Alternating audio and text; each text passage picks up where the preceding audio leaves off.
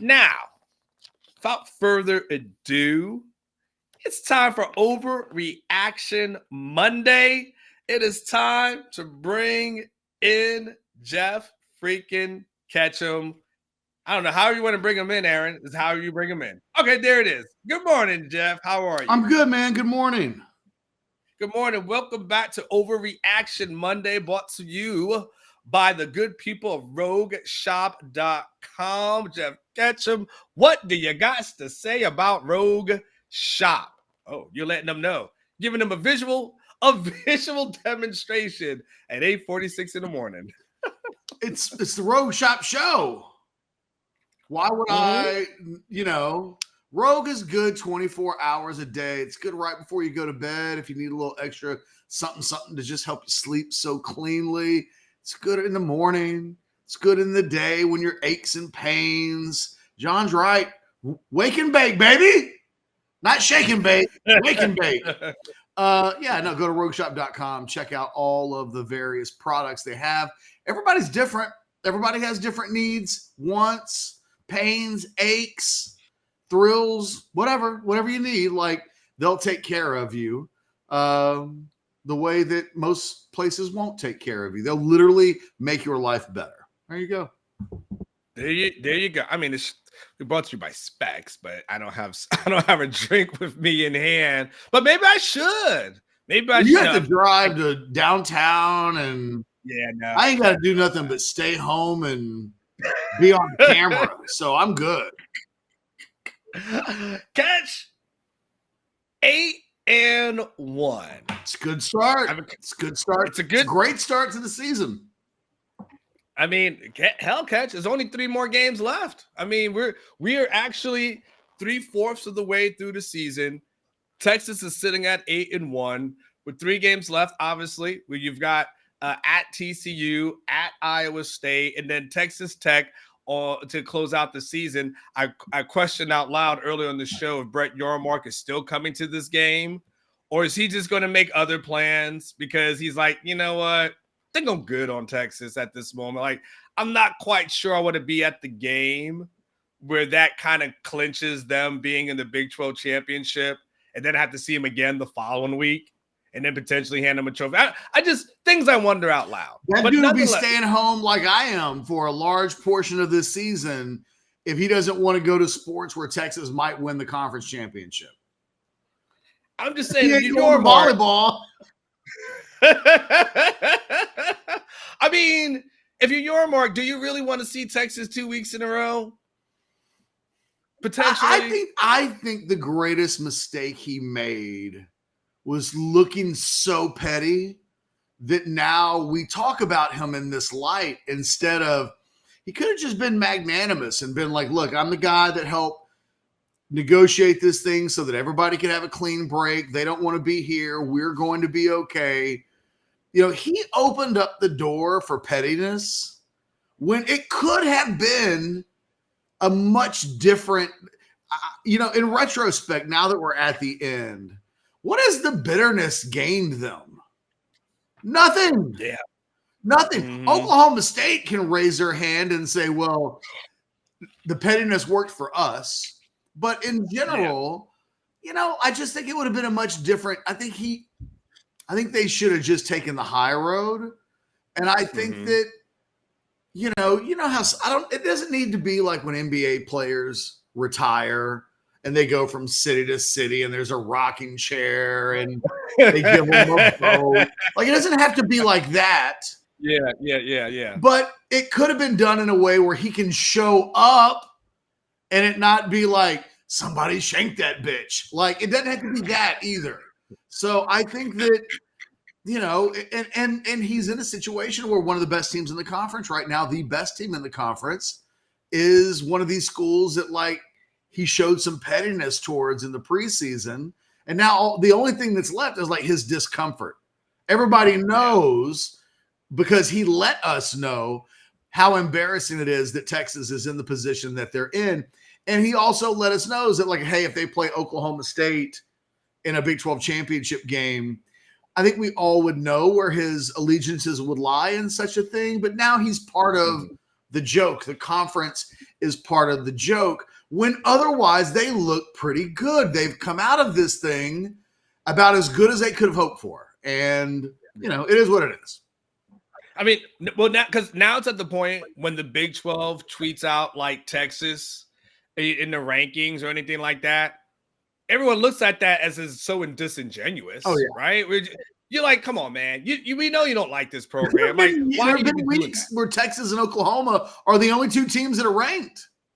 Yeah. And so it's, it's just don't, the thing is, just don't send that out. Like, Anwar and I are two of the snarkiest people in all of the Big 12 media.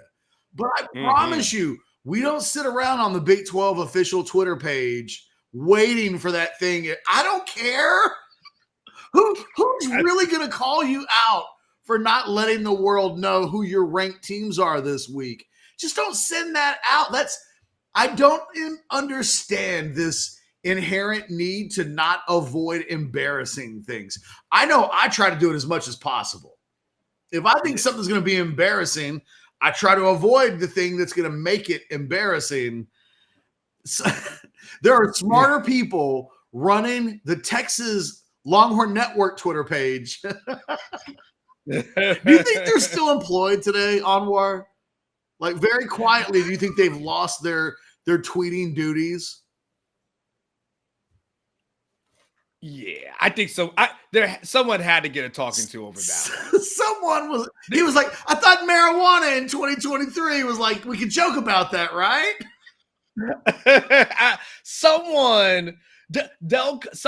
Here's the deal.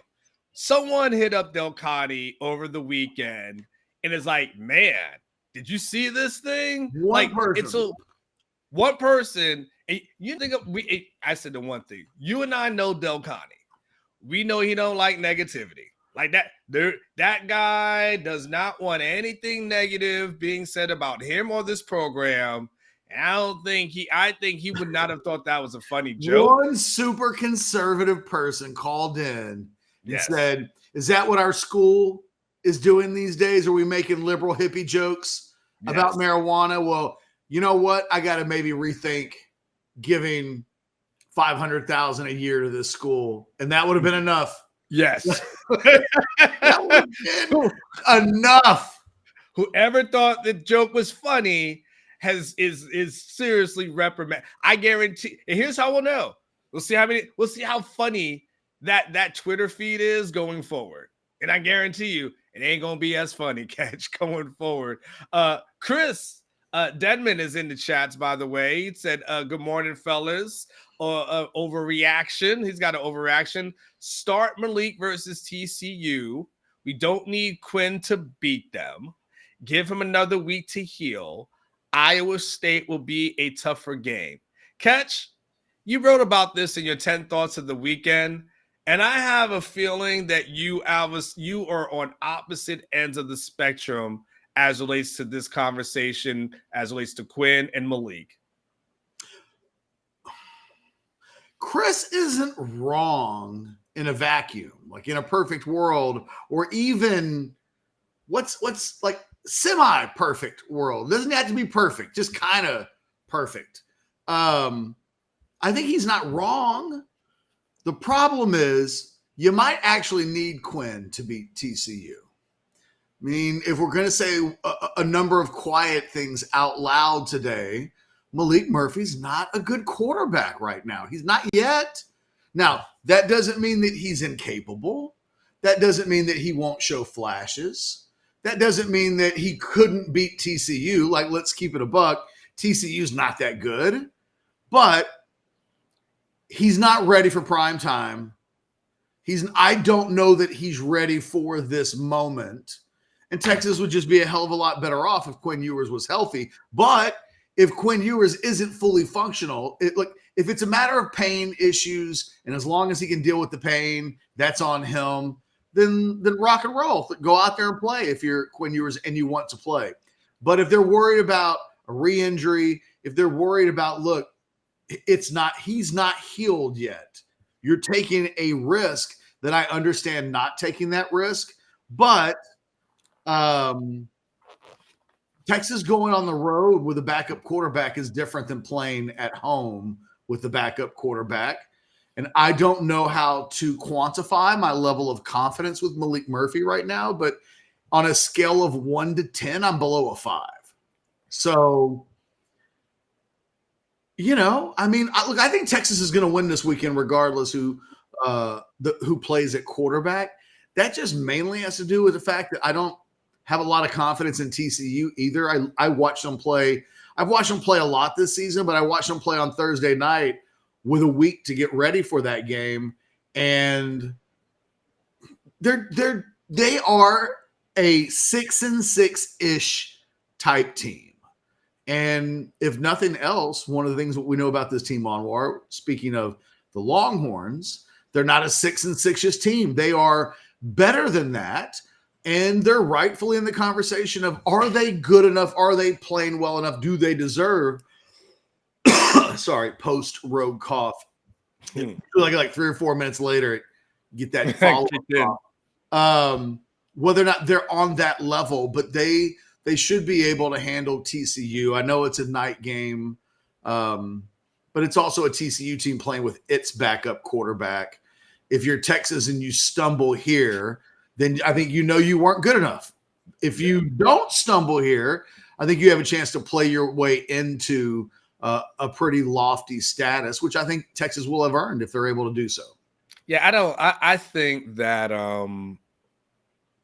you can't take for granted good quarterback play, right?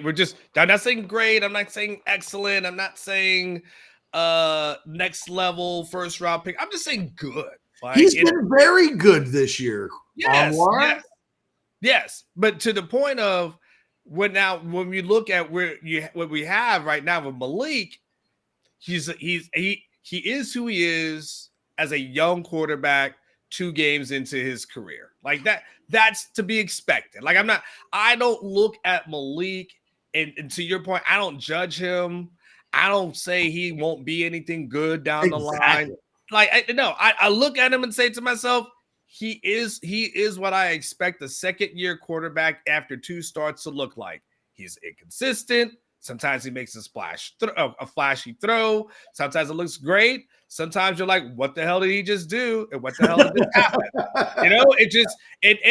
We look at that game and K-State, I mean, they dropped way more interceptions than they could have had. They had the ball on multiple occasions, and those things happen sometimes. And Sark talked about it after the game. Hey, he's got to learn just to throw the ball away. Like it's ironic, Anwar, that his only the first interception comes on a throw that really wasn't his fault. Jonte Cook falls on the route, but there were other throws that they really should have intercepted that they didn't. Yeah, football's a funny little deal that way, but eventually it kind of evens its way out, and that probably happened on Saturday. Like he might have had like a 3 or 4 interception game in him. He came away with 2. It's kind of hard to come away completely clean when you keep giving them chances. Yeah, and so that's why I can't take for granted and say to myself, you don't need him versus Quinn versus TCU. Nah, I won't go that far. Like you need your starting quarterback back whenever your starting quarterback could come back. And if he's got a shot to play against TCU, yes, then you want that guy back. Look, I mean, we saw what this team looked like against a Houston team that we told ourselves, well, that team's not really good. And that thing ended up being kind of a life or death kind of situation where it was all. And they're not really good. Like to be fair, we're correct about U of H. Well, that's true because the following week they end up losing 41-0. Yeah, man. Like just so you know, we weren't wrong about that. Yeah. So you want him back, and I think when the stakes are as high as they are right now, which is 3 games left in the season. They're ranked obviously both in both polls, still sitting at 7th. We'll have the college football rankings come out, probably be still around the same, but with the need to win out in order to even potentially make the playoffs. And again, it's going to be hard just because of the teams that are ranked above them, but just to potentially make that, you need your starting quarterback back as soon as possible. Can I give you? I got my Monday overreaction. Okay. It's all related to this. Okay. I think fans just love the mullet a lot. And now that the mullet's gone, they don't have time for Quinn Ewers as much as they did when he had the mullet. And if it's not the mullet, it's something, because we're in this weird space. And this happens to me a lot on this beat. It happened with, well, Tom Herman's a perfect example where, and quite frankly, Charlie Strong too, where everybody's feeling a certain kind of way about something. And I'm like the last holdout. I'm like, I need to see a little bit more. I'm not ready to jump on that bandwagon. And then we end up going full circle where suddenly at the end, all of the people that used to love this one thing have turned on that thing. Mm-hmm. And then I'm the one that's like, well, guys, like Tom Herman's not that bad. Like we went from a place where I think Tom Herman probably thought, Jeff Ketchum hates me. I don't like him. And then by the end, he was like, Jeff Ketchum's pretty fair to me. Yeah. Maybe. And look, I doubt it, but maybe just a little bit. He and I have something in common. Maybe I could like him just a little bit. We're at this point where a year ago, I was viewed as the Quinn Ewers hater. I didn't think it was fair. I mean, I ranked the kid as a 5-star, for God's sake. That implies that I think he's going to be a first-round draft pick. But a year ago, I was like, he's not playing good football all the time. And he's got some mistakes in him. And I'm not quite ready to call him the greatest thing since sliced bread. Now we fast forward to this year. It was amazing how quick people were ready to throw Ewers under the bus on Saturday when Texas came out hot. The super chat, the spec super chat, Anwar, was like, Quinn can just stay gone. We got us our new starting quarterback. Quinn's been Wally pipped. Like people are, and I wrote a column about Quinn today for my 10 thoughts in the weekend where I think Quinn Ewers, and you and I talked about this earlier in the week, I think Quinn Ewers probably needs to stay another year. I'm not convinced that the NFL is going to evaluate him and say that guy's going in the top 32 picks. It could absolutely happen. I'm just not convinced of it. But if you go through, I posted that thing less than, 10 hours ago, 12 hours ago, and we're already creeping in on 350, 400 replies. And a big chunk of them are Quinn just needs to go because we got Arch Manning. And it's going to be time to, whether it's Maalik or Arch in 2024, it's time to move on. And it's like, wait a minute. Who in their right mind wants to turn away a good, experienced quarterback so that you can just go learn on the fly with a freshman? We did that a year ago. Do you not remember the Oklahoma State game? Was that fun? It's not fun all the time watching a kid grow up. We finally reached a point with Quinn Ewers, and I'm telling you, I feel like today there's a Quinn Ewers supporters club, and I'm somehow in it, but it's lonely out here in these supporter streets. I don't see a lot of people who are like, Quinn Ewers is one of the most valuable things that we have, and we need to think of him as such. We need to treat him as such.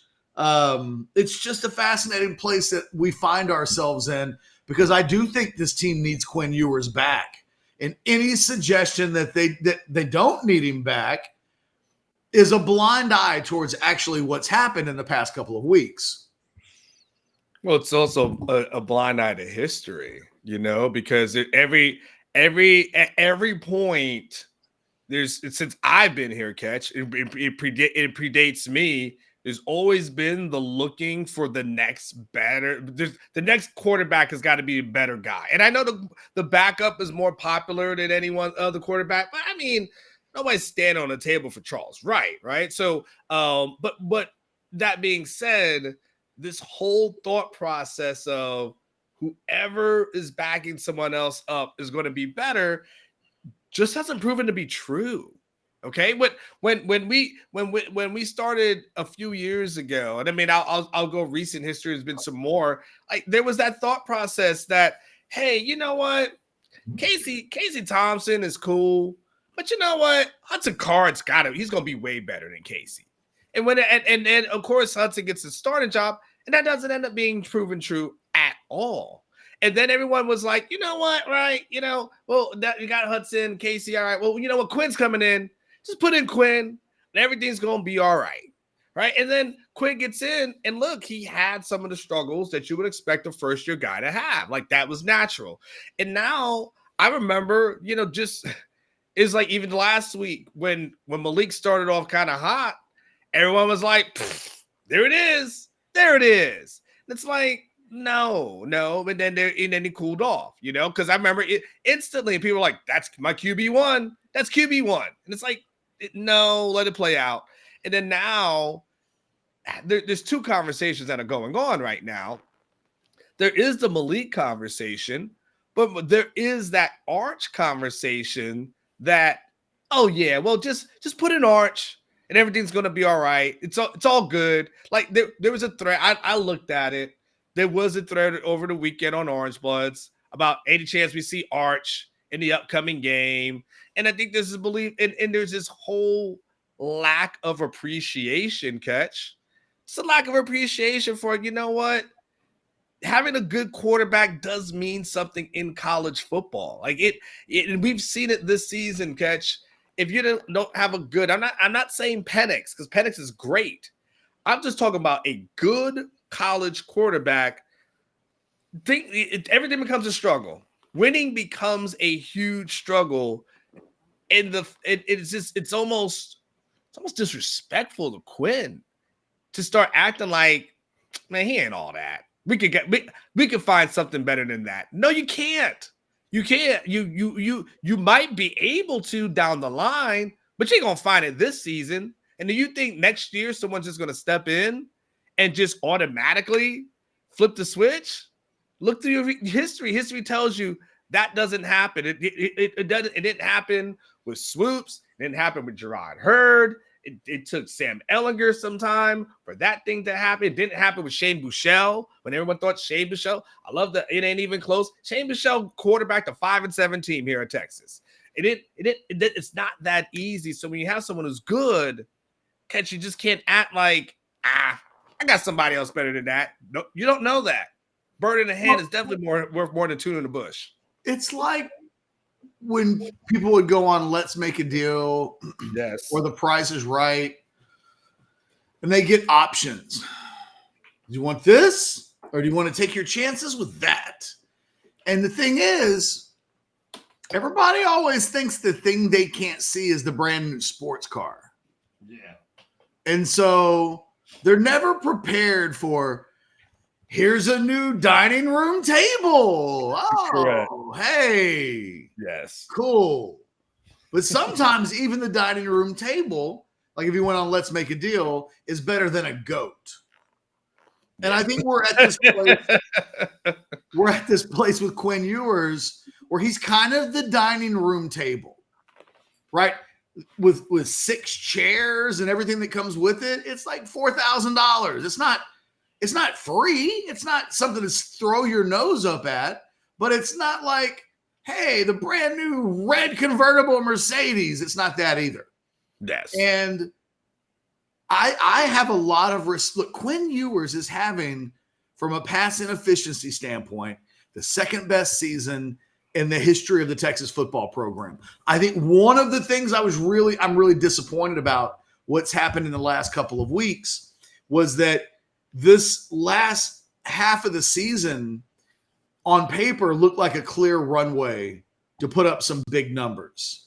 If you look at the last 3 games before the Houston game, Ewers had thrown 1 touchdown pass, 1 touchdown pass, 1 touchdown pass. And I was like, okay, well, he's played some tough teams.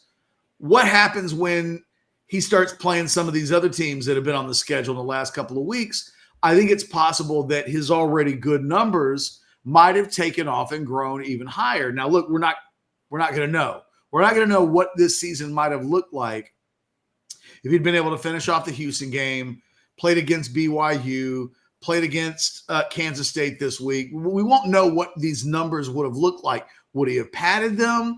Would he have regressed at all? I mean, it's not what I would have expected. I actually expected the opposite. I expected he's at the second best passing efficiency that we've ever seen from a Texas quarterback in a season. I thought it was a chance he might chase down Colt in terms of passing efficiency and what he did in 2008.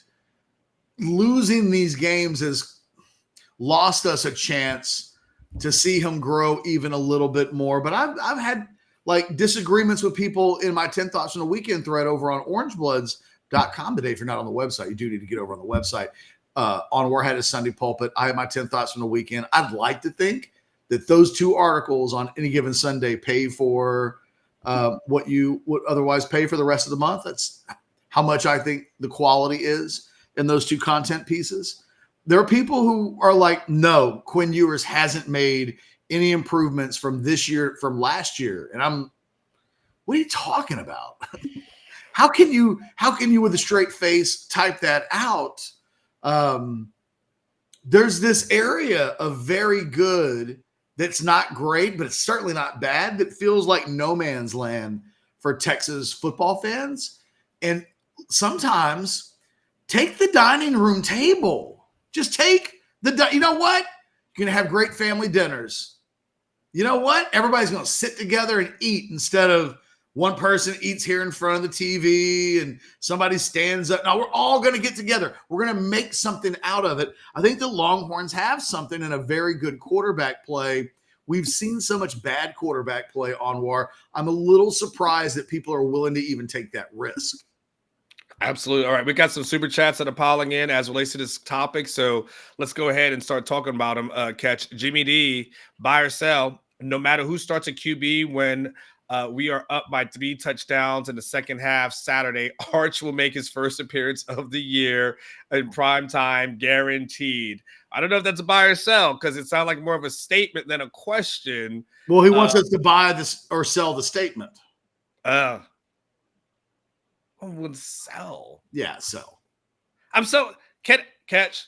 Let me say I am selling everything on Arch this season.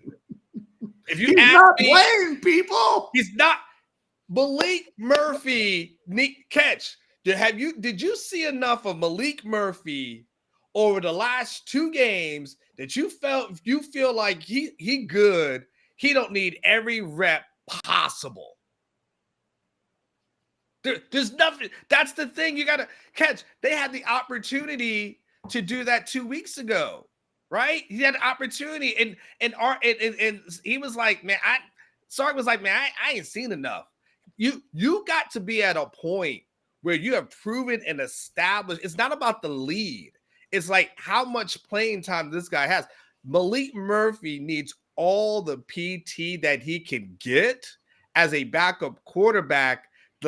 Arch does not play. He doesn't play. It's going to take a hell of a lot until Maalik plays what they would consider to be a really complete game or proves himself. He hasn't done that yet.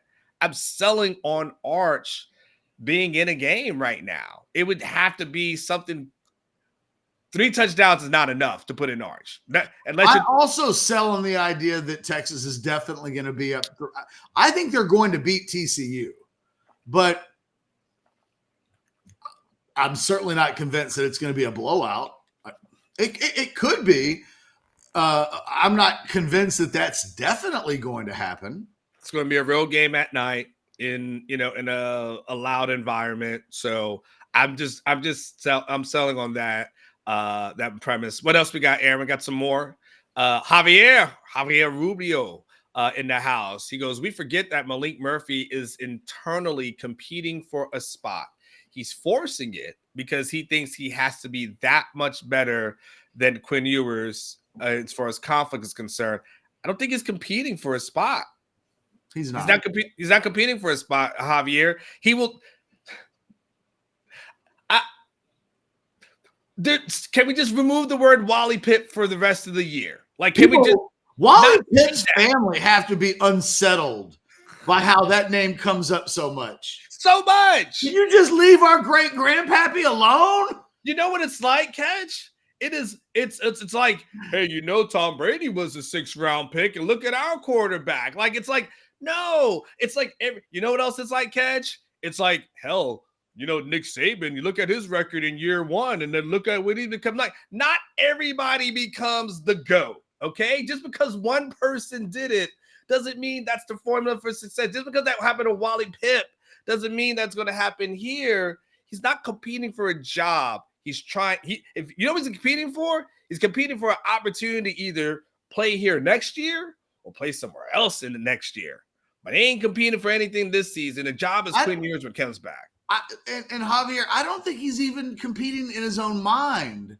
There's no part of Maalik Murphy that thinks, I'm going to keep Quinn Ewers from getting the ball back when he's healthy. I just don't believe that. Everybody in that locker room knows that Quinn Ewers is the starting quarterback. Those dudes see practice, okay? None of y'all get to see practice. We get to hear about practice. And I have not had one person, Anwar, I don't know about you. I can't speak for everybody that you talk to.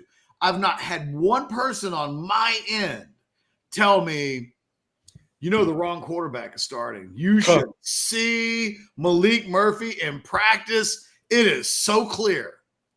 No, it's not. It's just not happening. Everybody in the program thinks both Arch and Maalik have a lot of unharnessed, raw, young talent.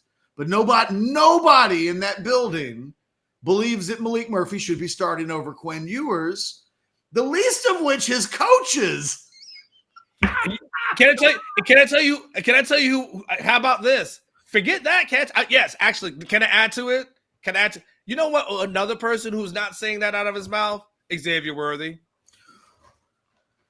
25 targets in the last 2 weeks on Warren. He's caught 9 passes. And look, he was awful a week ago, but he had 14 targets this weekend, didn't drop a single pass, and caught 5, I think. Like, your best weapon on offense once Quinn Ewers back as soon as humanly possible. Yeah, I can tell you one person who ain't saying, hey, man, let's roll with this guy. Like that. I can tell you what is number one at that point.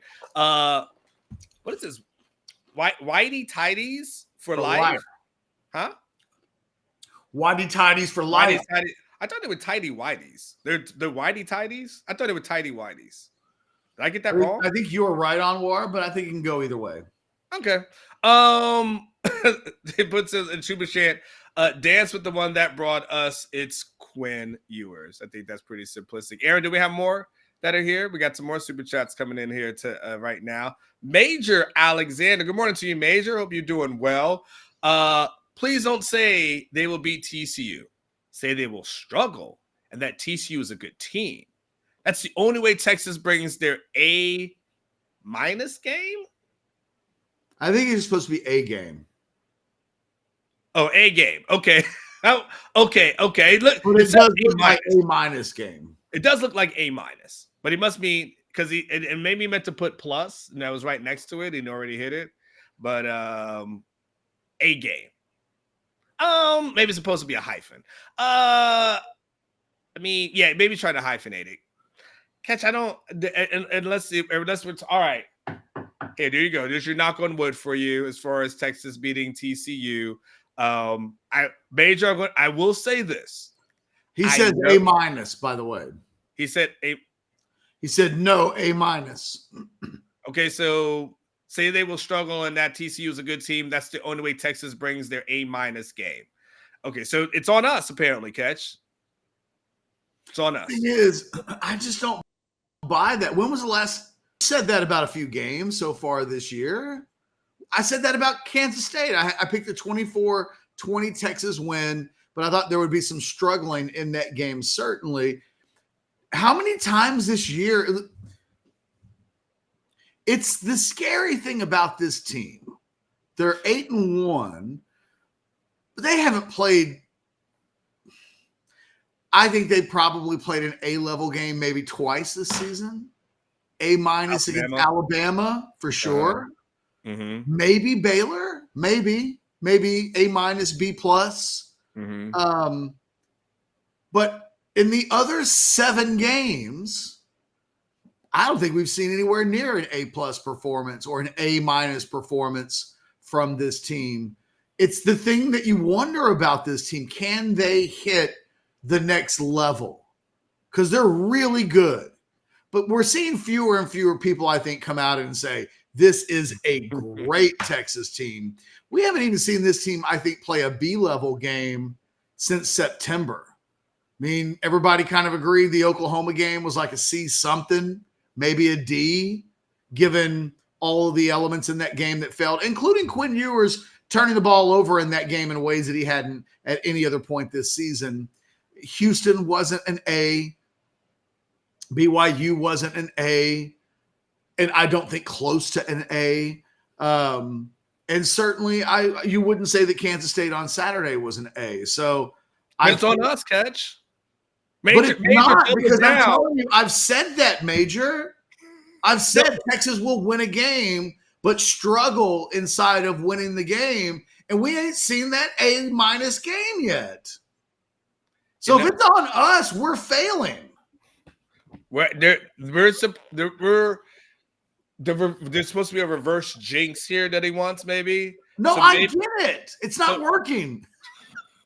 My superpowers, I've tried, Major. And look, I will tell you this. I'm picking Texas to win this weekend. Put that super chat back up real quick. The first one, Aaron. They will beat TCU, but they will struggle. And I don't even think TCU's a good team. There you go. There it. Major, your wish.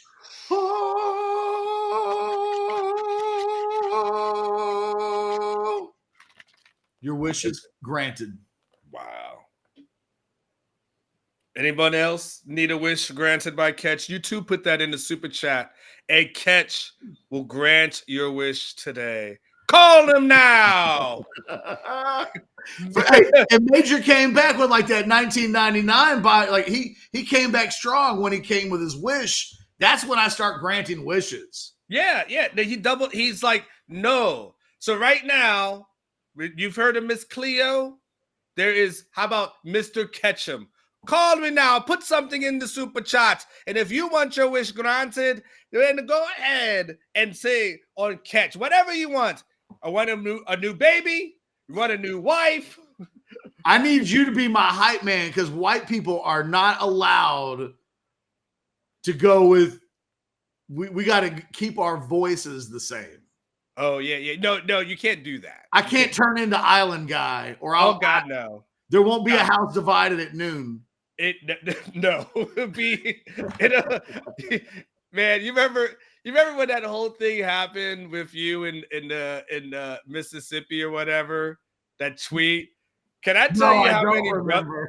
Can I tell you how many brothers were reaching out to me? They're like, "Yo, man, you all right there in Austin? What's going on, man? I see the thing with." I was like, no, man, like that's not what he had meant, man. They're like, man, we just want to check on you, man. We want to make sure you're good. Like, I'm like, no, it's good. It didn't. So yes, the worst thing you can do is put on an accent. It's like the Halloween advice I gave last week, Catch.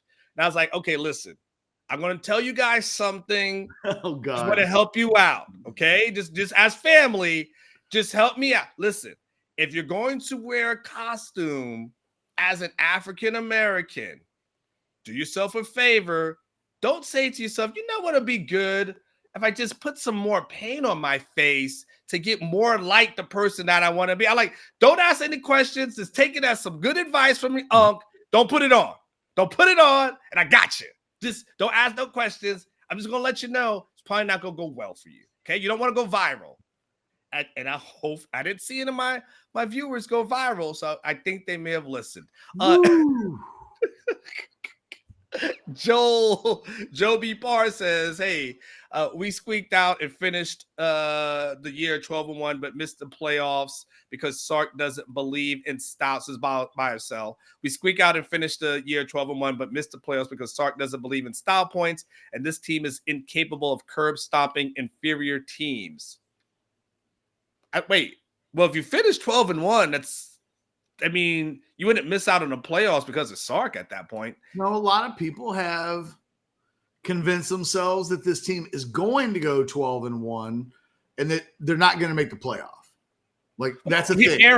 Aaron, can you put up the rankings that we had from like AP and the polls? So, I mean, catch this. It's not on Sark at this moment.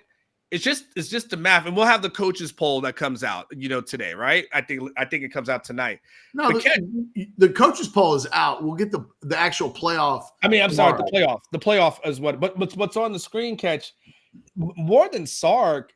It's just a number of teams that are ahead of Texas at this moment. You've got 5 teams that are undefeated. Now, one will cancel them each other out, which becomes a Michigan, Ohio State. But if they fall, will they fall below a Texas team? Texas still would have to find ways to leapfrog Oregon, to leapfrog a Washington to get in there. The math just says simplistically that it's kind of hard at this moment. Now, it's college football. Anything can happen. We know anything can happen, but I don't think it's because of Sark's stubbornness or not going for it on not kicking field goals or taking the points that'll be the issue if Texas doesn't make the playoffs and they win the table. But catch, there still could end up being 4 teams that are undefeated that are ranked ahead of Texas, and math-wise, that would be the issue.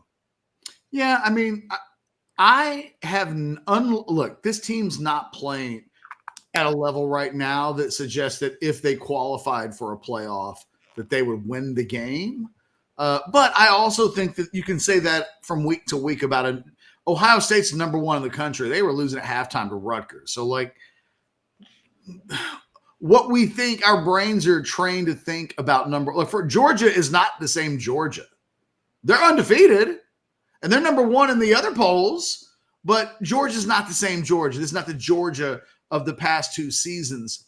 If you're Texas, you got to know that a Big Ten team is going to make it. So one of Michigan and Ohio State is going to run the table and get in. I think the 2 things that you have to hope for if you're Texas, because you have to believe also that an SEC team gets in, and I think Texas is really their worst nightmare, and where Texas, I think, gets left out is if Texas wins out and Alabama beats Georgia. If both teams in the SEC run the table and Alabama beats Georgia in an SEC championship game, would a 1-loss, 2-time defending champion Georgia out of the SEC get dropped below a Texas team in the Big 12 that hasn't really, played anybody of real significance in the last couple of months and hasn't played great football? I think in that scenario, Alabama would get the automatic qualifier, the SEC champion, like they would be in. And I think, and they might even be number 1 when it's all said and done at that point. But I don't know, even with Texas having beaten Alabama, that they'll get that benefit of the doubt. I think Texas needs someone to knock Florida State out of the equation. That's, as we watch the rest of the season unfold, forget about the Big Ten teams until December and forget about the SEC teams, really. Big Ten and SEC, some of that's going to take care of itself. But one of those teams is almost certainly going to get 1 spot. I think what you got to hope for is that Florida State gets knocked off by somebody. Ugh, and good luck. And look, they do have a road game at Florida at the end of the season. Florida. They have Miami, North Alabama, and Florida in Gainesville. Yeah. I mean, they'll beat Miami by 20. They'll beat North Alabama by name their score, and then Florida is the only team that could potentially do something. And they should win. But the thing is, I have, and this is where Texas fans should be a little more educated. We've had nothing but time in the last 15 years to watch how this unfolds nationally as a third-party innocent bystander, right? Texas has never been in the mix. All we've done is watch all of the other teams in the mix. Mm-hmm. And there's always some chaos from mid to late November. There's always somebody drops the ball. I don't think it's been so long since Texas has been here. Texas fans have forgotten how much pressure comes with this.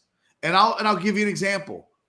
If Texas is in the fourth quarter in a one-score game against TCU on Saturday, people have completely underestimated how tight their sphincters are going to get, how crazy the nerves are going to go, how many years off their life they might lose from the pressure, from the knowledge of you've gone almost 2.5, 3 months into this thing. You've done everything that you need to do. And at the end, you're gonna spill the chili like Kevin from The Office. Mm. You remember that scene in The Office Yes. where Kevin brings the chili into the office? The thing is, Anwar, he got that chili all the way from his house Yes. to the office without spilling it. In the car, to the elevator. Yes. Everything. He was in there. His car with a pot of chili. Yes. Didn't Catch, you know how spill it. you ever bought your wife flowers and you try to take it home and they balancing act like you're holding it on the seat and you're like, hey, that's what Kevin did. He balanced that chili all the way. He gets to the 5-yard line and spills it. Yeah. That's what happens in college football all the time. The wiggle room, the margin of error is so small. So somebody's going to lose. Mm-hmm. It's going to happen. If you're Texas, just do your thing. Just win your games. I'm not yet at a place where they're 8-1 with 3 games to go, not including conference championship games. I'm not really in a place yet where it's like, oh, Texas is going to get left out if they win out. I believe just win out. Because if you do that, somebody else in front of you will slip up. I just feel like it'll be there for the taking. It'll just be a matter of Texas taking it.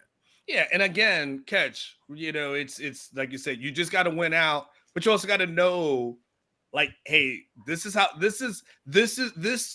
reason why they're expanding to 12 teams, because at the end of the day, there was too many quote unquote good teams that were getting left out, and Texas may get left out for a loss against Alabama when it's all said and done. But at the end of the day, that's like, to your point, won't mean anything if you don't beat TCU, you don't beat Iowa State, you don't finish it against Tech, and then of course get to the finish line to the Big 12 championship game.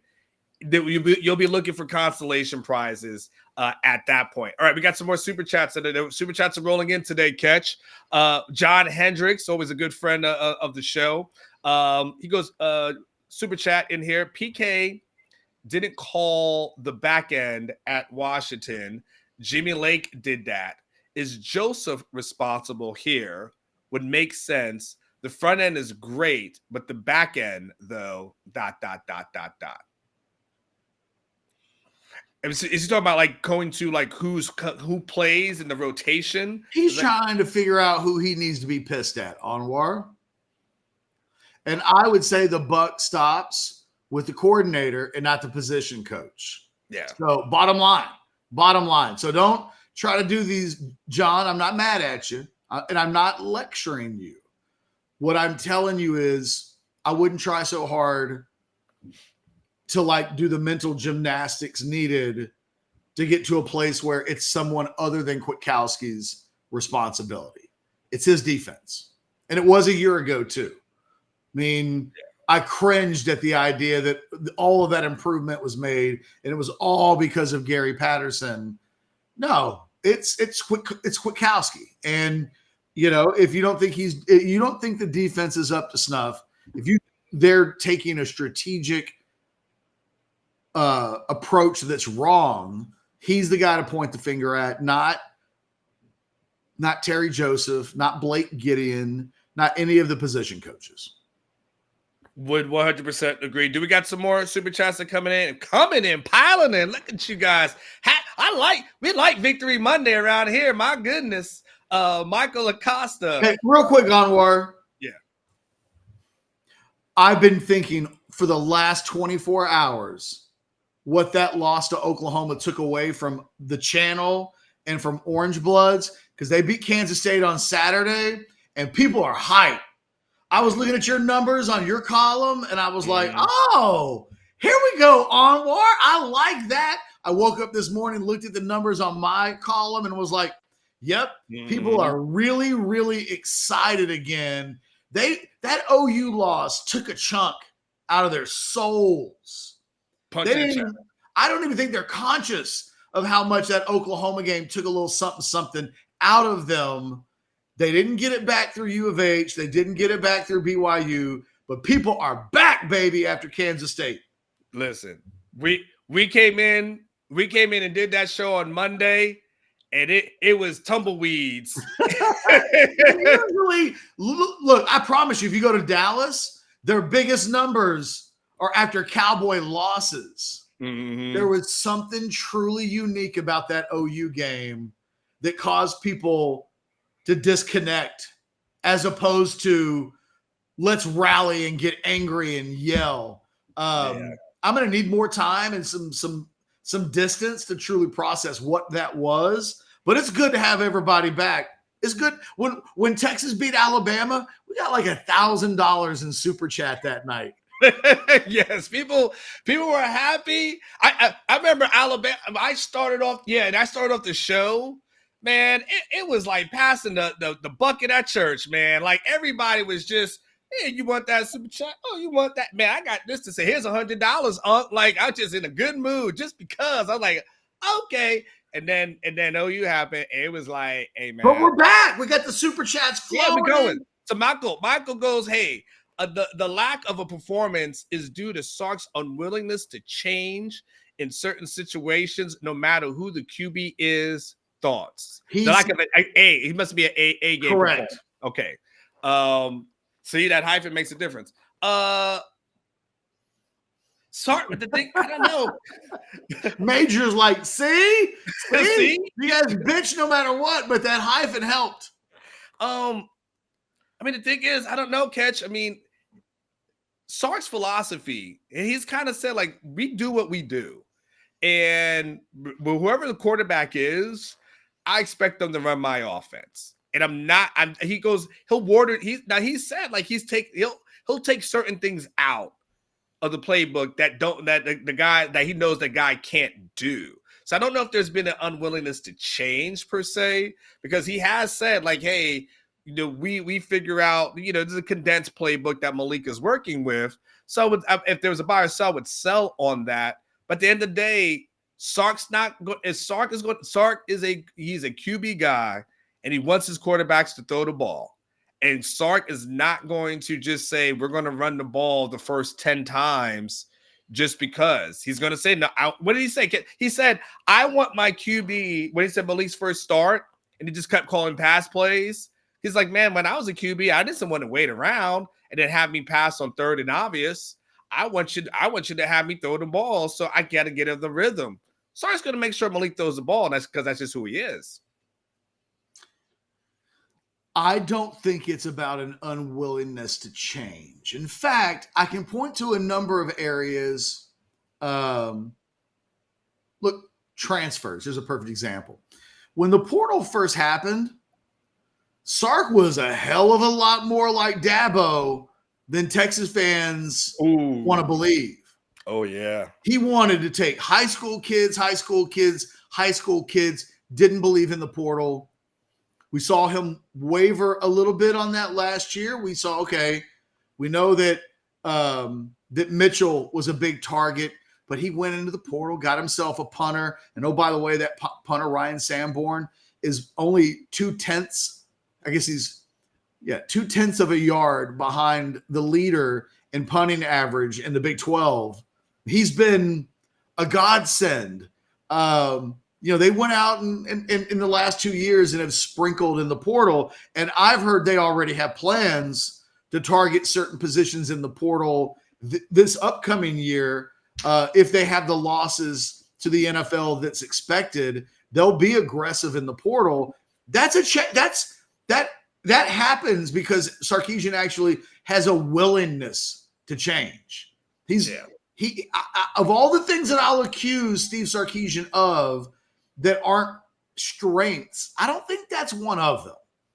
I think the bigger problem in the last 3 games specifically, but look, I think it's a continuation to some degree of the first 2 seasons. The knock on Sark was he'd get into games in the second half with leads, and then they'd blow the leads, and it was like, they get tight. It's a 1-score game. If you look at what's happening this year, certainly in the last 3 games that have been played, Texas has come out like a firecracker. 14-0, 21-0. They're taking big early leads, and you're thinking, God, the way they're playing, this thing is over. And then the offense slows down to almost a halt. The defense starts giving some stuff up, and suddenly Texas is in much closer games than they need to be. I'm more worried that Sark and this staff is running out of ideas by the middle of the second quarter.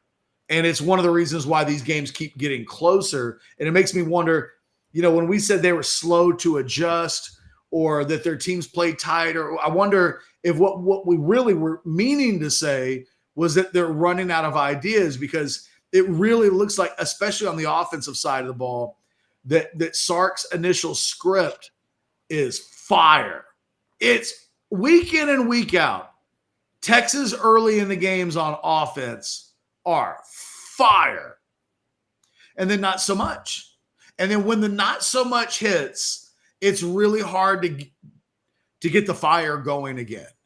And so I think, if they don't make, I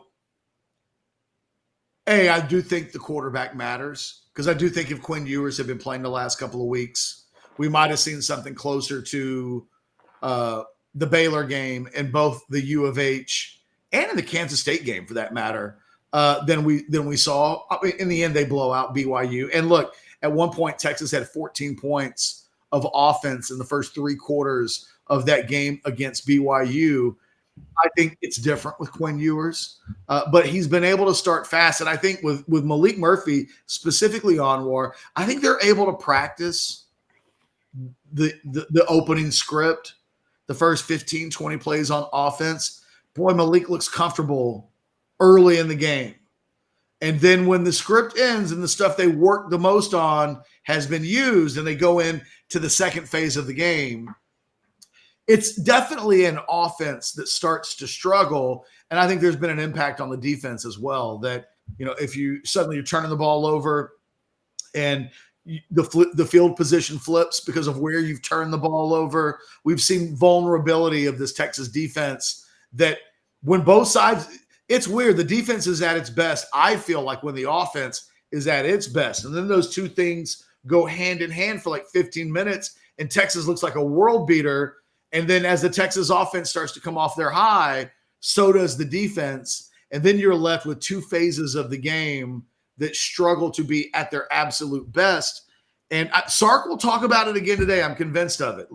This idea of, when are we going to see an A-game performance? When are we going to see this team absolutely hit his best? Sark's going to say he's excited because they're 8-1, and they've been able to get to 8-1 without feeling like their head is up against the ceiling of what they're capable of. But to the point, Anwar, that you made about 10 minutes ago, there are 3 games left in the season. And there's 4 if you include a Big 12 championship game. But we're starting to get to the finish line. And if Texas doesn't hit an apex in the coming weeks and they run the table, it might mean that they do miss out on the playoff if there aren't, some upsets to the rest of the nation along the way. Well, yeah, we got some more super chats to come in, but the last thing I'll say for 30 seconds or left, one of the things I would say, and maybe to Sark's defense, he can't control those turnovers like that occurred. And, so you can't, whether it's the interceptions or things that had happened, the punt block, like all those things, like it ends up, shortening a field for a K-State team that for a while wasn't moving the offense. So there was something, and then at the end of the day, again, really like Maalik Murphy, like his upside. Missed a lot of throws though. Guys were open. And again, young quarterback feeling his way through, but some of that isn't on Sark. Some of that's just on the players who haven't executed as well. But let's get through real quick, Anwar. Yeah. Are we getting out at 9:45? We're gonna get out soon. Okay. Let's shoot for 10. Okay, because the press conference is 11:30 now. It's pushed back, but I could. It'd be okay if I didn't have to hurry down there. No, I feel you. I'm just asking. We had because I know what time it is, and then I was like, I see we got 3 more supers, and I didn't know. Are we trying to rush for a finish line that's in front of us, or one that we just passed? Yeah, no, we're good. Will Henderson, we'll finish off the super chats for sure. Will Henderson, in the super chat says Big 12 dream, pokes not OU out of the championship contention and beats Texas in Arlington. Thoughts? Well, first of all, Catch. I said this last week on my show. The one thing, if you were Oklahoma, that you cannot do, you can't lose the final game of Bedlam, because people only remember the last game in the series. People remember the Super Bowl champion. They don't remember week 3. They don't remember week 7. And so what's going to happen for eternity is that OU will say, hey, look at us in the series. Look how we dominated. And ain't nobody going to care about that, Catch. All they're going to care about is the last game that was played in the series. And forever and a day, Oklahoma State will have scoreboard on OU who will show them record, and it'll act like it means something. It ain't going to mean anybody to anybody outside of Norman, because everybody's just going to think of the last game and think scoreboard. William, this is clearly the Big 12 dream, is anybody but Texas or Oklahoma winning the championship. I don't think they care about the details. I mean, if it works out that OU gets knocked out by Oklahoma State and then they knock out Texas, I think they'd be elated, but I don't think they care. I think Iowa State, Kansas State, if TCU knocks Texas out this weekend, and by any means necessary, anything to stave off the embarrassment. And by the way, Oklahoma State's not better than Texas, but I do think in the last month they've been playing better football than Texas. That will be a tough out. Like, just because Oklahoma may not be in that game now, I don't think that the Big 12 championship game will be a walk in the park. Oklahoma State knows exactly who they are. They didn't in early September, but man, they do in November. And like, they're not a world beater, but I think they're probably, if you threw away the records and re-rank teams based on how they're playing right now, you might rank Oklahoma State ahead of Texas on how they're playing right now, and you might rank them as like one of the top 10 best teams in the country. I think they lose to South Alabama earlier in the year, and obviously the month of September is one they'd like to forget. It ends up being a stain on them, like a scarlet letter that everybody can see, and it never goes away. Very similar to when Kansas State lost to Tulane a year ago. They didn't really get any respect until they won the Big 12 championship game. It'll probably be true of Oklahoma State too. I mean, it's an ugly, ugly loss. They played ugly, ugly ball in September, but that team's no joke right now. That when Texas gets to that game, if they get to that game, which I think they will, like, that's going to be probably as tough as any game that Texas will play all season. How many more super chats do we have, Aaron? How many more do you do? Okay, we got 3 more, including this one, Aaron. Okay. All right. So we got Cody Carpenter. He's in here. He goes, all I want is the clip of Catch waving his hand saying Whitey Tidies for life. Whitey Tidies for life.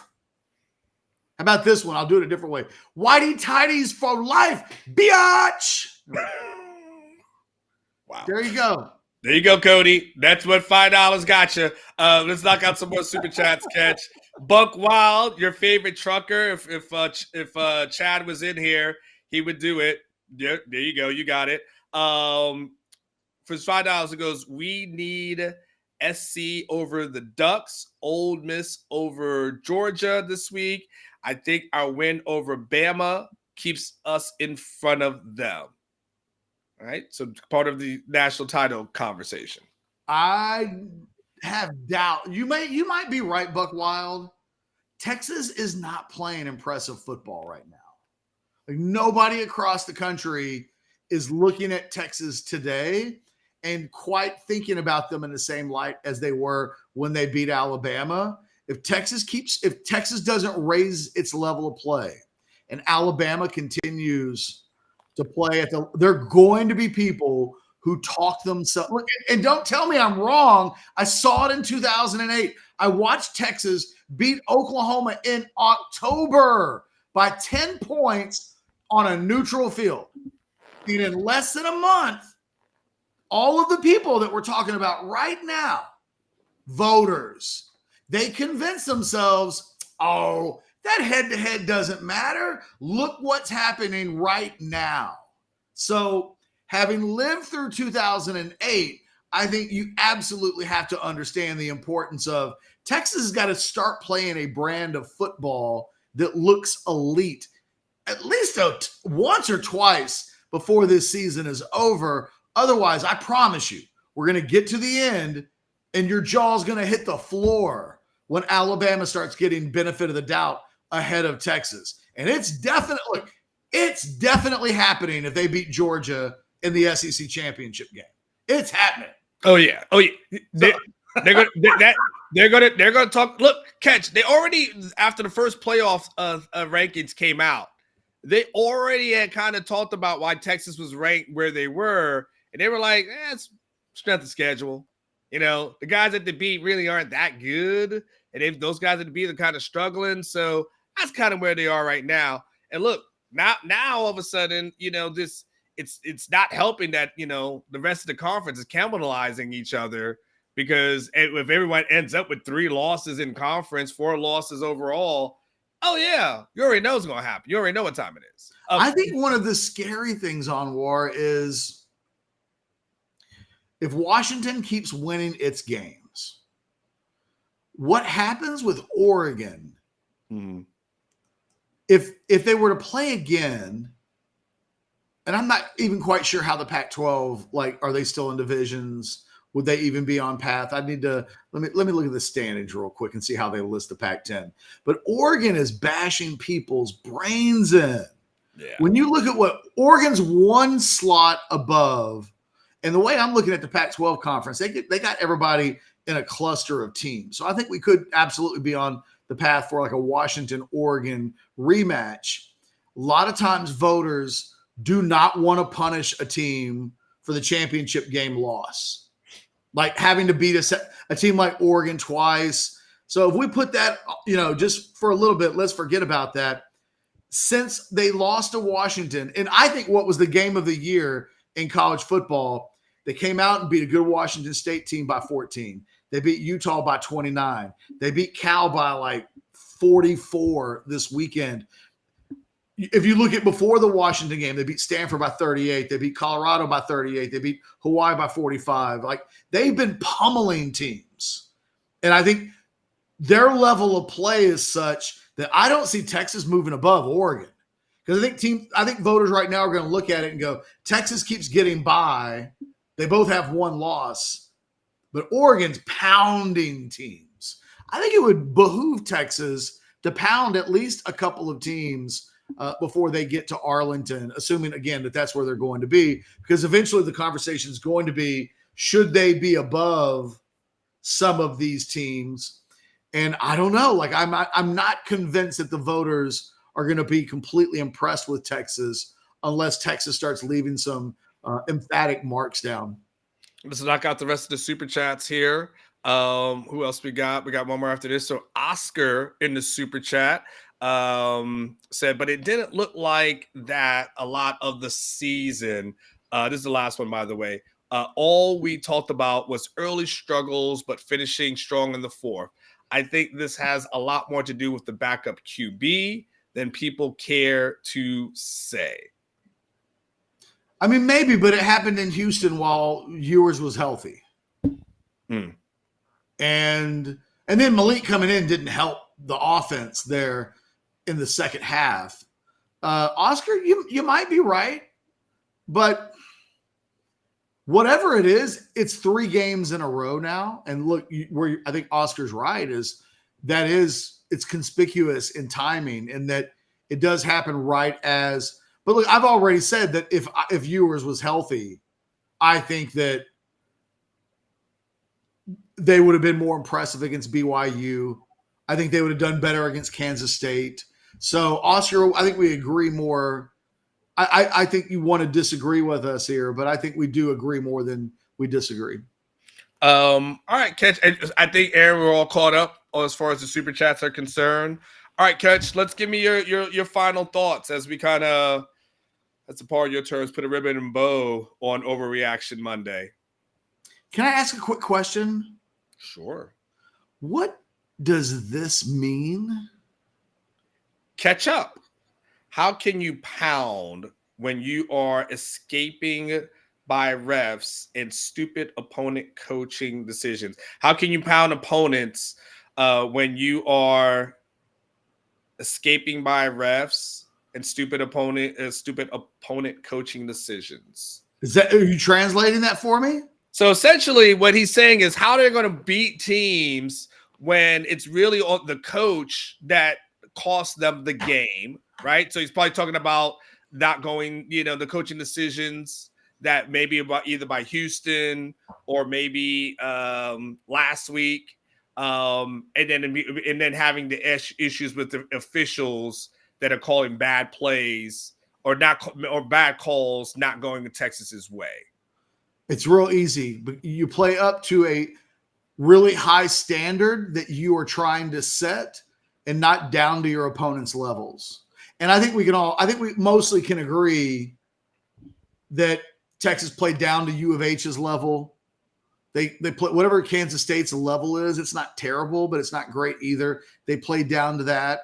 And for a lot of the BYU game, they played down to BYU's level. I mean, it is about establishing a high level that you reach for every week. It's how Georgia got to be Georgia.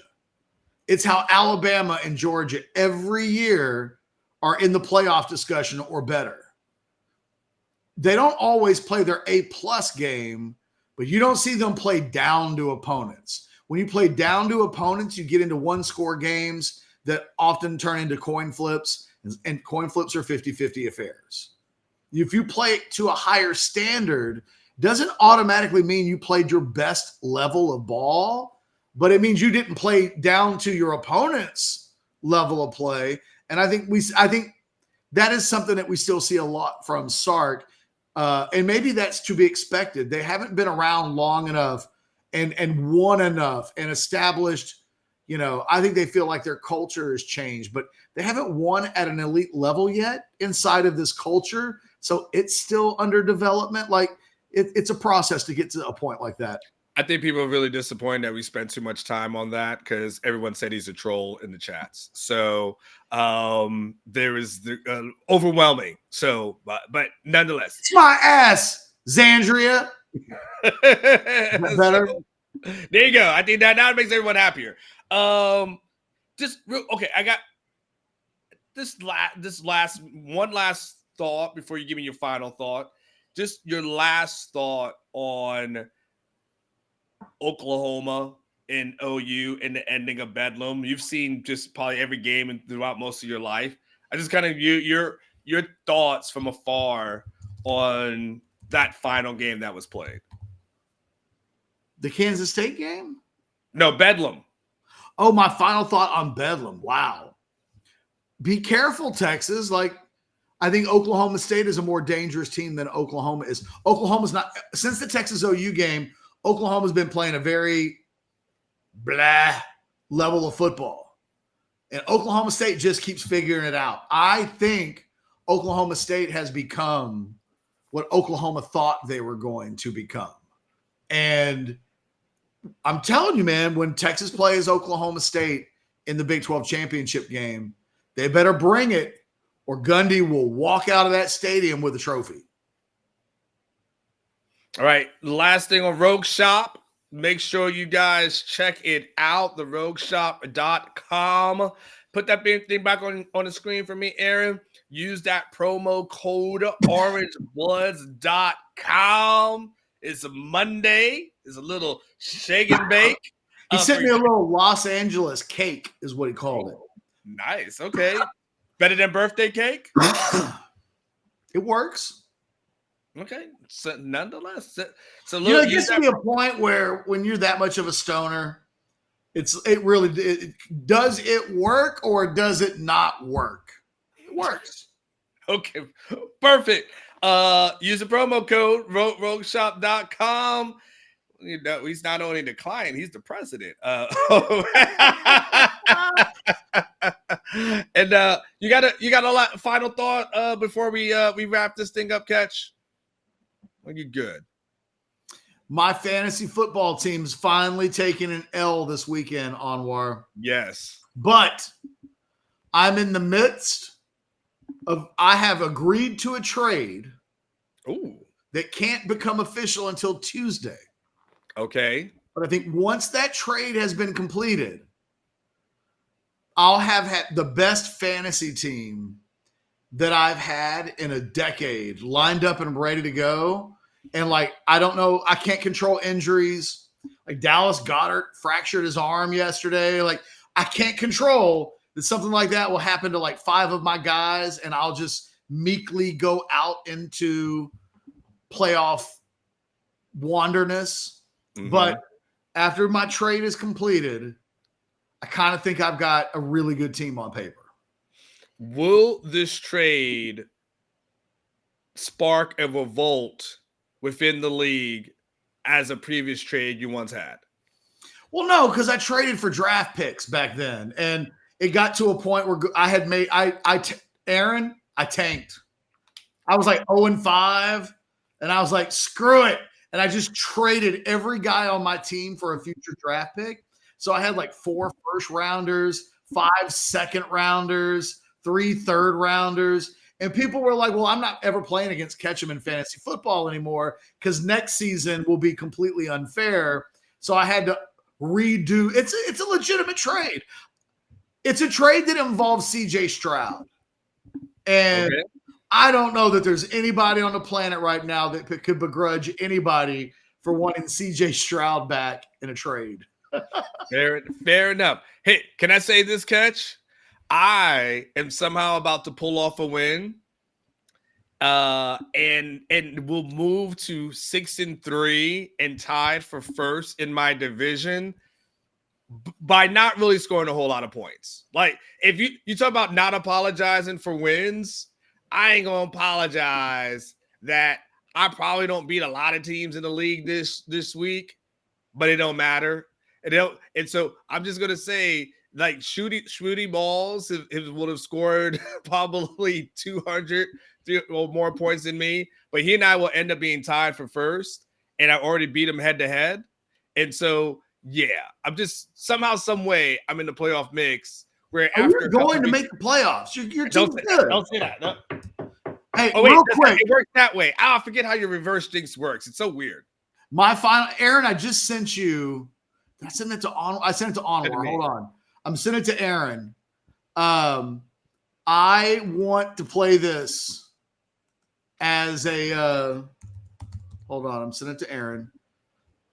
Before you go, I have a social media standout. Okay, Aaron is very good. His turnaround. Aaron can turn this around in less than a minute. I've seen him do it before. So let me set it up for you then, since it only takes him a minute. Yeah. There's video of a OU co-ed. She's got the number 2 jersey on.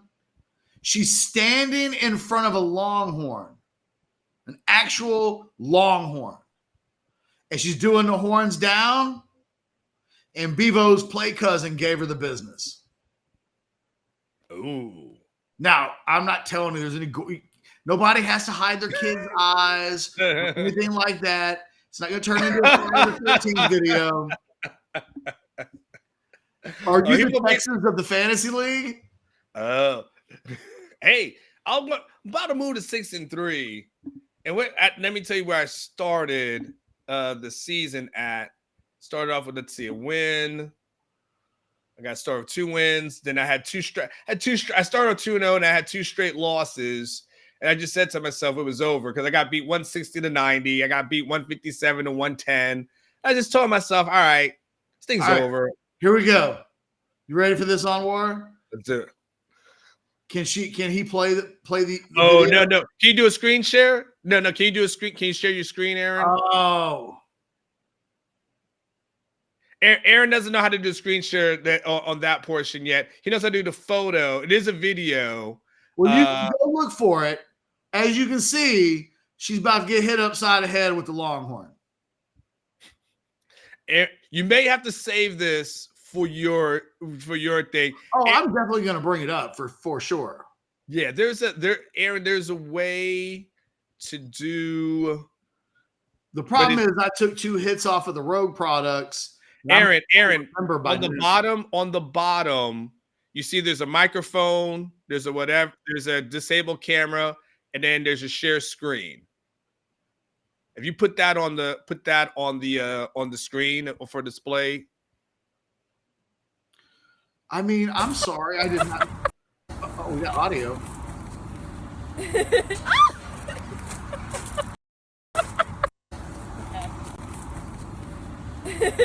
Sorry, Onward, my bad. It's all right. It's all right. It's okay. It's not, in retrospect, it's not even that good anymore. Like, I apologize. I'm sorry. Hold on. All right. There you go. Can you do that, Aaron? Just press play on your side. In slow motion. I like that Zandria is like, wow, you lose, and this is what Texas has to feel better. Zandria, come here. Come here. Come here. Give me a hug. I know it's hard. I know Saturday was rough. I know you're in your feelings this morning. Come on in. Let Uncle Catch give you a hug. Let me give you a hug. It's going to be okay. I mean, you're never going to play them again, and they are going to rub that in your face forever. Ever. Come here and get a hug. Come here. Oh, yeah. There you go. Again, Catch, I said a bit earlier, OU, the thing that OU did, unfortunately, is they celebrated that win against Texas like they had won the Super Bowl. They were printing T-shirts. They getting tattoos of Horn Down. Like they did too much too early. And now the problem is, a few weeks later, they got 2 straight losses. They coulda, shoulda, but didn't lose to UCF. They lost to Kansas. Longer have a tie-breaker advantage against Kansas. Yeah, like that. By the way, Kansas is 7-2. That guy's without Jalen Daniels. That guy, Leipold. If that's coach of the year right there, I don't give a damn. If I told you before the season started, Kansas basically isn't going to have Jalen Daniels all year, and that they're 7-2 going into the home stretch, it's a wrap. No, I feel bad for Sark. This should be the year that Sark. Texas is 8-1 and in the top 10, and KU with his backup quarterback is 1 game behind them. Like, how did that happen? It didn't happen last year. They fell apart last year without him, and this year they're like, oh, okay, well, we'll just go ahead and rebuild. We'll just reload. Like, it's amazing. All right, Catch, let me get out of here. Do it, man. Everybody, you guys will see Jeff Ketchum in a few hours at noon. We got Sark at 11:30. And then Catch will be there for House Divided at noon. Plenty of things for him. And of course, his co-host Chad Hastings. Let's do it like this.